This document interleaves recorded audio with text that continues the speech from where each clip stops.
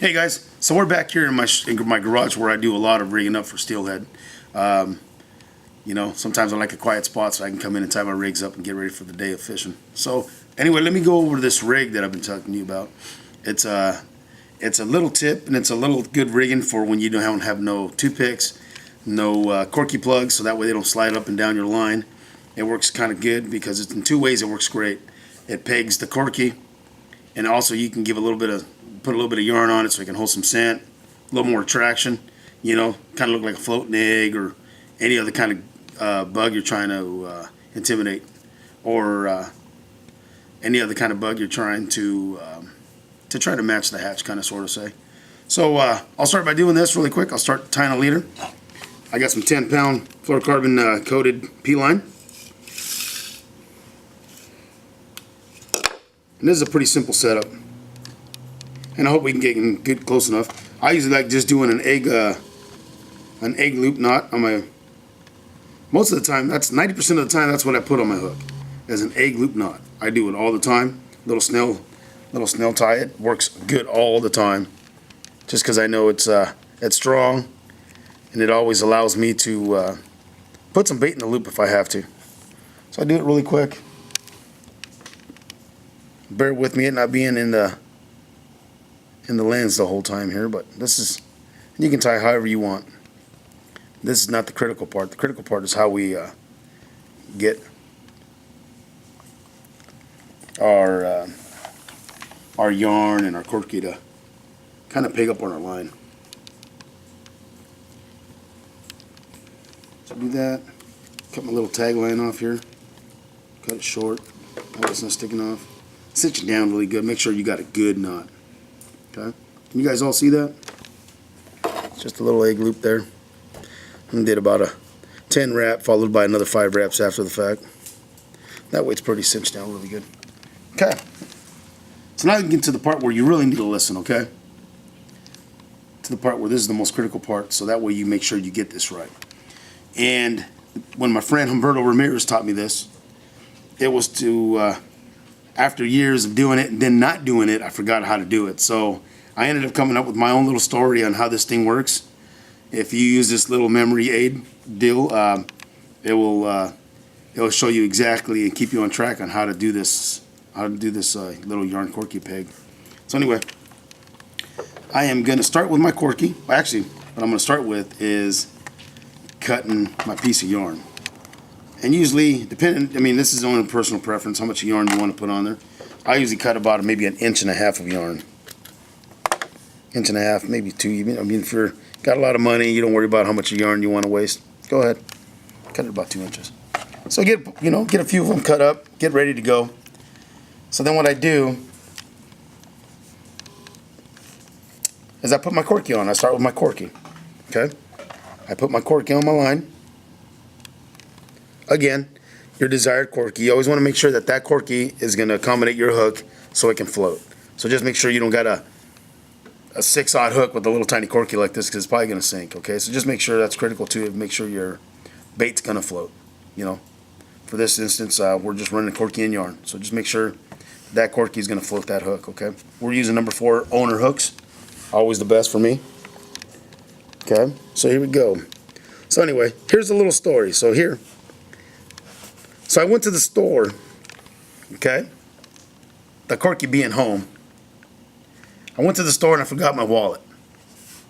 So I had to go back to my house. What you're going to do is you're going to feed this back into the corky.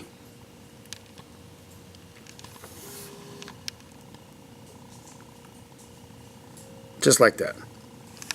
Picked up my wallet, and then I went back to the store. But this time I made sure my wallet was within my pocket. And talking about the pocket, that's the little loop I'm going to put in right here if I can get a hold of it. You guys see that line come back out? Okay, so now I got a loop on both ends. Okay, you can kind of see it here. So I went to the store. Let's do that again, just so that way you can remember how it goes, okay?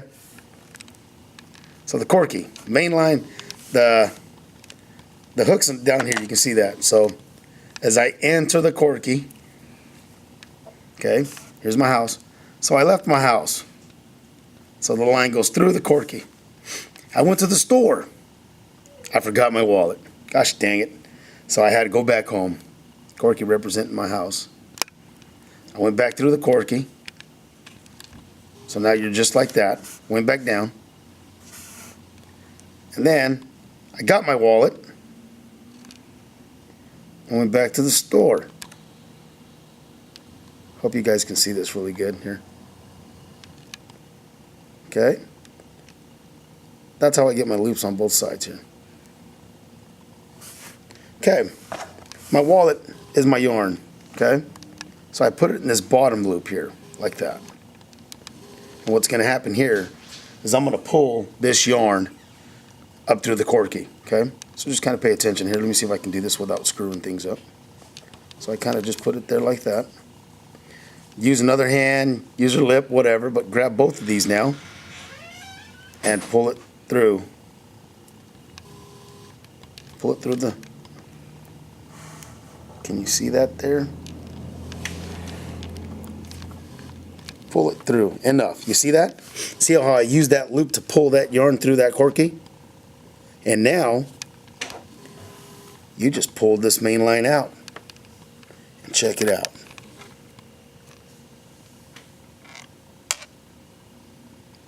Voila. And this little Corky rig right here, boy, let me tell you, catches a lot of fish. So if you're on the beach and you're like, man, I ain't got a way to peg my yarn so that way it doesn't slide up and down my line, or my Corky, that's the way to do it. It's a good trick. Again, it was taught to me by Humberto Ramirez, a good friend of mine. Here at Flatout Fishing, we use this a lot when we're fishing the rivers, when we're side drifting. I'm sure you could do this even with a steely bead. Okay, steely beads, heavy beads, any kind of bead. If you want to run it under a bobber, it's a good setup. So anyway, you guys, this is a good little thing here, a little trick for you. If you got too much yarn, if you want to break it down a little bit, hey, free to just cut it down a little bit. Check it out. Done deal. Now it's even smaller. Steelhead love small baits.